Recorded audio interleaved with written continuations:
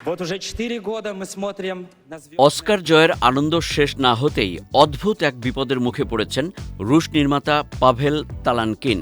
তার তথ্যচিত্র mister nobody against পুতিনের জন্য পাওয়া অস্কার ট্রফিটি নিউ ইয়র্ক থেকে জার্মানি যাওয়ার পথে রহস্যজনকভাবে নিখোঁজ হয়ে গেছে।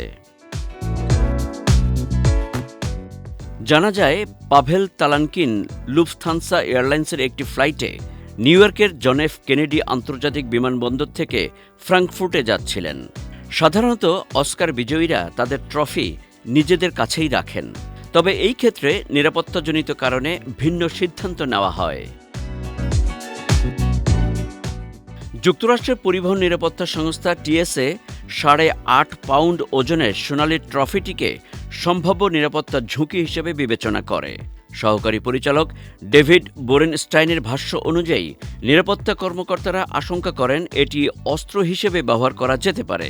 ফলে বাধ্য হয়ে ট্রফিটি একটি বাক্সে প্যাক করে বিমানের কার্গো হোল্ডে পাঠানো হয়।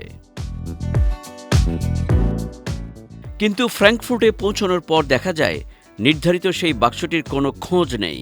পুরো লাগেজ তালিকা যাচাই করেও ট্রফিটির অবস্থা নির্ণয় করা সম্ভব হয়নি, যা নির্মাতার মধ্যে চরম উদ্বেগ সৃষ্টি করেছে।